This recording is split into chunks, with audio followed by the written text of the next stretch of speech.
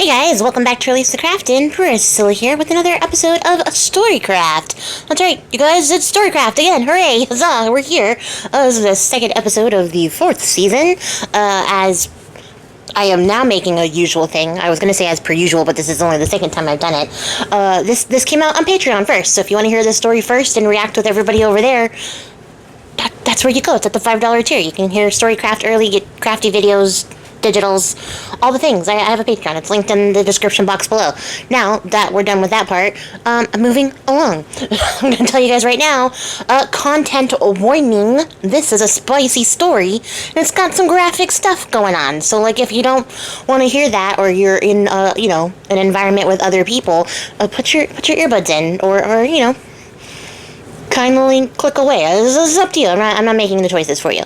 I'm just letting you know that there's some spice in this story. It's gonna get spicy. It's a wild ride. The story we're doing today is The Flayed Old Lady, which is a story from Giambattista Basile. It was written like 17th century, 18th century. I forget what it's called. I looked it up before I started recording and then I forgot. But Giambattista Basile wrote it. That's the important things. It's I have a lot of feelings about it. It's very goofy, so we're just gonna jump into it. So, in the way long ago, as these stories often go, there was two old women. They were sisters. They lived in a little tiny house directly beneath the walls of the castle next door. They were so close to the king that they got to listen to the king all day long. Like, all day long. They're listening to the king, doing all of his business and all this stuff. Like, in his little tower, parapet, whatever those are called. He's up there doing king stuff, except that it's not king stuff, it's regular people stuff. Like, he's up there burping and farting and scratching his butt, and they hear it all. And because they're these two spectacularly old women, they're cracking jokes, they're having a funny good time. So they're up there, like, every time he farts, they're like, oh, it's so dusty up here, I'm choking on the dust. And they're like, oh, a flower has fallen on me and it's giving me a headache, because the king is freaking gross. He's a gross person. People are gross. And the king hears this. He hears all the stuff that they're saying, all the shit talking they're doing about his regular bodily functions. And does he get mad? No, because he's like, oh, these women are so affected by my gaseous body that they must be the most delicate beauties in all the land if my farts are reaching them all the way down there and they're so affected. So he's like, oh man. So he starts listening to these women more and more and more as they're down there making fun of him, but he's like head over heels, just convinced, you guys, that not only are these women the most delicate creatures in the world, they must also, by result, be the most beautiful, because how else could you be anything but if you're this fragile and delicate and you get knocked out by a fart. So, he's like, I'm in love. I'm head over heels. Let me leave my castle and come around the side here and see what's going on in this little tiny hut. So he goes to this little tiny hut and he starts knocking on the door and he's like, where are you, my lovely jewels, my precious women, my most beautiful, bodacious of babes? Like, come out and let me see you. Come before your king and let me woo you and love you and cherish you. And he does this forever, you guys. He is out there every day on the other side of these old women's door, and he's out there just like, come to me, I'll keep you in my castle, I'll cherish you, I'll kiss your lips from where all those beautiful sounds that you guys make come forth, I'll hold your hands, I'll sing you like songs. And he's like putting his best game on, except that he's not the Rizzler. He's just a weirdo who's knocking on these two women's doors every day trying to woo them, and every day they're like, oh no, king, we're not good enough for you, we're just common women, like, you don't want to come see us. And the problem is that he's the king, and he's out there being like, I love you guys, you're so beautiful, and they're like, no, thank you, and he's like, no, I'm the king. Like, I love you. You're so beautiful. And so they already are like kind of feeling some kind of way about this. They're like, oh man, like we're old women. We can't like let this man see us, because once he sees that we're old women, he's going to get so mad and he's going to be like pissed that we're not the beautiful creatures he thinks we are. So let's just like try to keep putting him off for as long as we can while we think about it. And like, you know, like they're not into it. They were just old ladies making fun of a man for farting. And now he's at their door, like giving them intense declarations of love. And so they're like, okay, after weeks of this treatment, weeks of this king knocking on their door being like, just let me love you, they're like, okay, we will let you see one finger on one hand from one of us, but you have to come back in 8 days, so please quit knocking on our door for 8 days, and in 8 days time we'll let you see one finger on one hand from one of us. And the king is like, finally, I am winning the battle of love, I am winning the war, I will return in 8 days, my beauties, and when I come back I will be feasting on the glory that is one of your fingers on one of your hands from one of you. That's all I'm getting. But I know that you can't win a war in all one go. Like, inch by inch is how you win the battles. So he's like, okay. So he leaves, and in the time that he is gone, the sisters, they're in there, they're giving themselves manicures, they're arguing over whose fingers are the nicest, and they are dipping their fingers in honey and syrup, whatever they can find that's sweet, and they're sucking on a finger the entire time to like bring it back to life. So they're dunking their finger in syrup, they're popping it in their mouths, and they're sucking it every single day for 8 days in a row to try to get one finger to look good enough to pass off as a youthful finger. And the youngest sister manages to do it. Nope, I take it back. The oldest sister. It was the oldest sister. She manages to get one very fine, a very slender looking finger out of the rest of her gnarled old joints from this method of syrup and suction.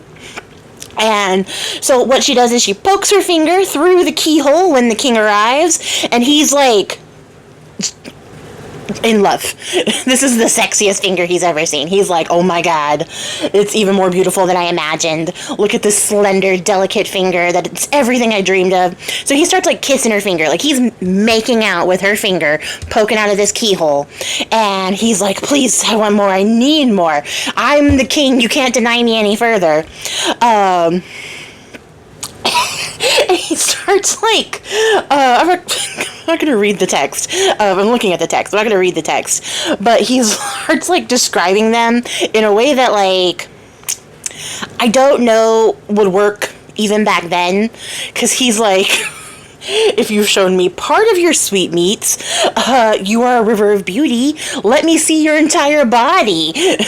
Let me see those eyes that are like a falcon's and let them burn into my heart. Like, this is just a very rough translation of what I'm reading here in the text, you guys. It's outrageous the way that he is talking to them. And he's like, you are withholding the beauty of your face from me. You're keeping it prisoner and keeping me from my true love. And he's like, I need to see the beauty of this graceful gazelle in this pigsty. So he's like, your house is shit, but I know that you're beautiful, so come on out and just be mine. Just be mine. Come to my bed. Come to my bed. He's so explicit in the text. He's like, literally, leave your place, come to my place, so we can finally smash. I will read you this one line, because he says, thou knowest that I am the king. I am not a cucumber. I can bid and forbid. I am not a cucumber. It's probably something I'm going to have to add to my vocabulary now, because what? So he's, basically telling them, like, you can't deny me anymore. I'm the king. You need to come to my room. You need to get in my bed. Your finger is so beautiful. I've been licking it like a weirdo out here for like 30 minutes, and it's surprisingly very sweet, and I don't understand why. But if it's that sweet, then, like, obviously you're sweet and delicious, and so come be mine. And so the women are like, oh, shit, like, what do we do? This is worse than we thought. Like, they know that the king, can be, like, executioner show up at this door any minute now if they keep denying him. So then she's like, okay, if you really want me, here's what you got to do for me. You have to let me come to you in your room in complete darkness, because I would be so ashamed to be seen naked. And like even to be seen on my way to a booty call, I would be so ashamed. So if you could just, I'll come to you in the middle of the night, and then you make sure that everything is totally pitch black. If it's not pitch black on my way to you in your room, I'm not coming. I'm gonna leave. And the king's like about to burst. He's like, oh my god, yes, finally. Yes, I will do anything that you say. Just please come to my room. Because he's a weird creep, you guys, who I feel like hasn't gotten laid in quite some time for him to act like this. But he's like, yeah, totally awesome. So he goes home, he makes the order, he takes a shower, he gets bathed, he's like, let me get all my perfumes and oils on me, I'm gonna put oil in my beard, I'm gonna like slather myself up so I'm a nice, like, oily, sexy creature in the dark here. I'm gonna be the best possible version of myself. And so what do the sisters do? Because they're like, well, shit, now we're in this predicament, you have to go fuck the king. These are your options, and you're still an old woman, so what do you want to do about it? So what they end up doing is taking the oldest sister, they take all of her extra loose skin, and they tug it all the way to the back, right? And they tie it up, they clip it up, everything that they can tighten on her, they can. Like, her sister is back there pulling on her skin like it's a corset, and tying it all up. So at any point in this time, she did not go, you know what I should do? Take a bath. I should take a bath, maybe. I should wash my hair. No, because she stays, like, crusty, musty, gross. But all of her, like, extra skin and her fat has been tied up behind her. So she does present from the front as slim and trim, except that she's still a gnarled old woman. And these women are old. They are not, like, spring chickens. We're not talking, like, fit 60s. We're talking, like, they've broken the world record kind of old. So, she makes her way out of her house in the dead of night into the palace, which, sure enough, the servants went around and they shuttered every lamp. They made sure that it was pitch black. They put veils over everything. So the entire passage to the king is pitch black, which is outrageous. Does that mean she had to walk by all the guards and everybody else, and they were like, well, it's pitch dark, it could be anybody walking in right now, but I guess it's the king's latest booty call. And she shows up, she's in a cloak, she's got herself all shrouded up just in case, and she walks in, and the king, because he's got all of his oils and smells on, right, all of his perfumes and stuff, cannot smell how musty, crusty, gross she is. He's just like, finally, it has been what I have been waiting for. And he hits it. Like, he absolutely does. He gets in there, and they are going to town, and he's like, this is strange. This is strange, because I'm expecting to touch smooth skin, and I keep finding all these blisters and warts and bumps. This is an interesting thing. But because the king is, unfortunately, a man, it doesn't deter him or stop him at any point in time. He doesn't go like, let me just click the light on real quick and see what's going on here, because it's getting weird. This isn't exactly the smooth, satiny person that I was expecting to touch based on that one finger I made out with for 30 minutes a little bit ago. No. He hits it, they finish, and at the end of it, the old woman's like, fuck, I'm tired. So she goes to sleep. And the king's like, that wasn't quite the experience I was anticipating. Let me just get a candle going. So he lights up a candle, and he looks over, and he's like, oh my god. Because there it is. There's an old woman whose body, skin, and fat have all been tied up behind her. And, she's an ancient, decrepit old lady. And he's like, I think I might be sick. So he calls in the guards, and the guards come. They wrap up the woman in a sheet. They drag her out. And then they toss her from a window. That's his solution to being betrayed by a woman he demanded come to his room and have sex with him, sight unseen. He has her thrown from a window. And he goes about his business. Like, he absolutely goes about his business. But what he doesn't know is that outside of this castle wall, where this lady has been thrown to her death, turns out the sheet and her long hair got all tangled up in the branches of the trees, so she's stuck hanging from the trees that they tossed her into, alive. alive. And while she's there, she's crying, she's wailing, she's upset, obviously, she's hurting. And the fairies all hear the noise, so they come out there, and then they're like, oh my god, get Becky. This is the funniest shit I've ever seen. So all the fairies are like coming from everywhere. They're just coming from all corners of the forest to come laugh at this woman, because this is the most absurd thing they've ever seen. They laugh so hard that by the end of like their laughing fits, they're like, oh my god. Okay, this is the best laugh I've had in 1,000 years. This is the funniest shit I've ever seen in my life. We're going to give you gifts. We're going to give you gifts for making us laugh so hard. And so they do. They give her youth, beauty, wealth, nobility, virtue, the love of all the other people that see her, tons of good fortune.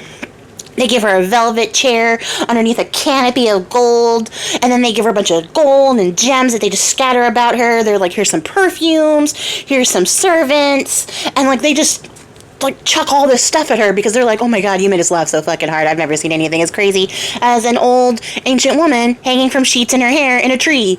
Because fairies are a little bit mean, guys. Fairies are a little bit mean. I hate to break it to you. Yeah, so they took a lot of delight out of this woman's suffering, but at the end of it, they rewarded her with her youth back, as well as a bunch of wealth. So by the afternoon, when the king's like, all right, well, I guess I've gotten over the trauma of being catfished into sleeping with an old woman, I am just gonna go look out the window where they threw her and look down on her corpse and have another jaunty kingly laugh, because why not? So he looks out there and then he's like dumbfounded, because what he was expecting to see was the mangled corpse of an old woman. He came to delight in the mangled corpse of an old woman. I just want to point out that we should not be sympathizing with this man at any point in the story. But what he does see is a young, beautiful woman. Absolutely gorgeous. Head to toe naked, with hair long and beautiful and red and vibrant and luscious. And this is a detail that I'm taking from A Tale of Tales. They don't tell you what color her hair is in the story. If you've never seen Tale of Tales, though, I recommend it. It's a very good fairy tale movie. But at any rate, long, luscious, red-headed, right? And he's like, this is everything I've ever dreamed of. This is the beauty I have been waiting for. So he rushes out there, and he's already, like, working up another one of these, like, overly flowery speeches. Not one where he's going to announce himself as not a cucumber, but another one is coming to him, and he throws himself at her feet, and he's like, oh my god, you're a dove-faced beauty, a doll. You're sent to me from Aphrodite up above. You're just so gorgeous and beautiful. I love you. I love you. And I need you. You don't even understand, like, the way in which you have set fire to my life and my heart. I need you. I need everything about you. Your hair, your eyes, your red lips.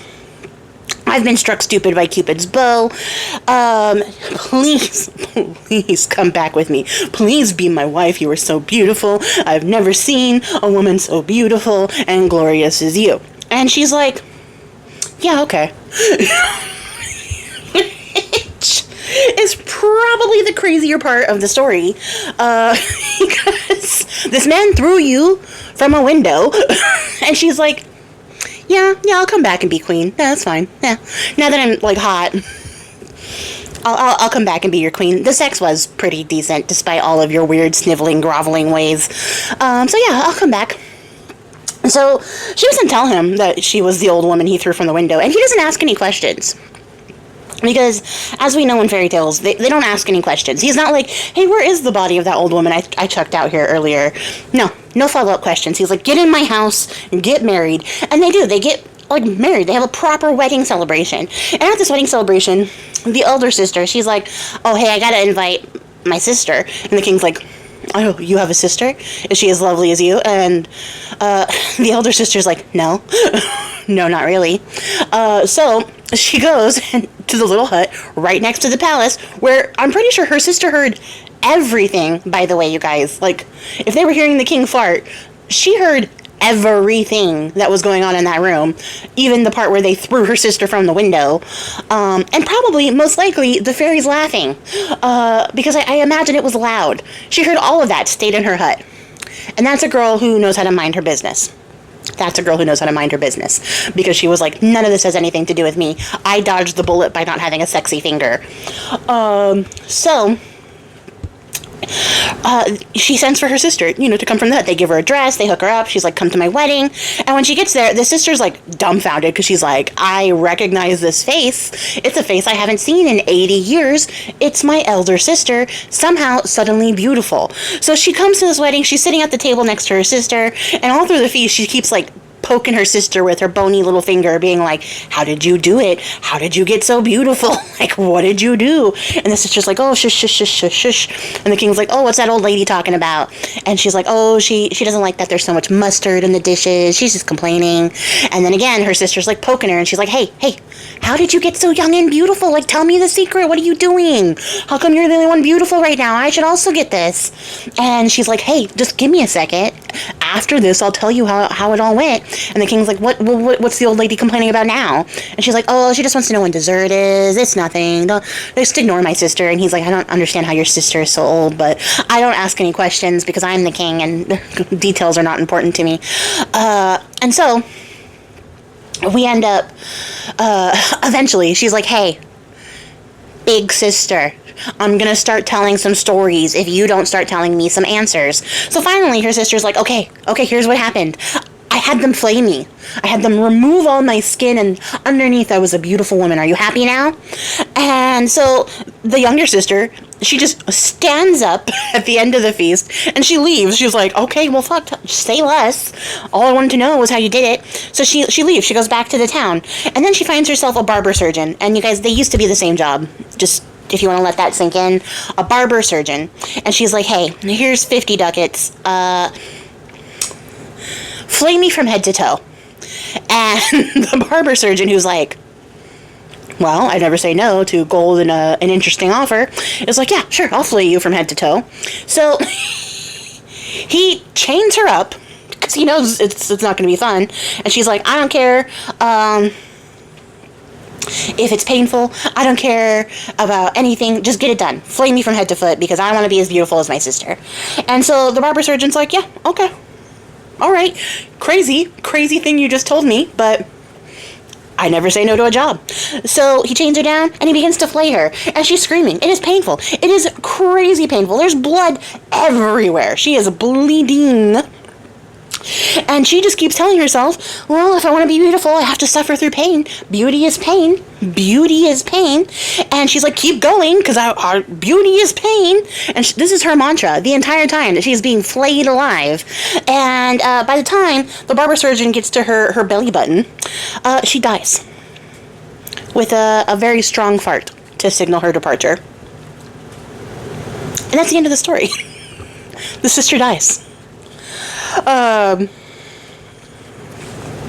It's not a happy ending. I hate to break it to you. I mean, I guess for one of the sisters it is. She gets to be queen and young and beautiful again with her weirdo shithead husband.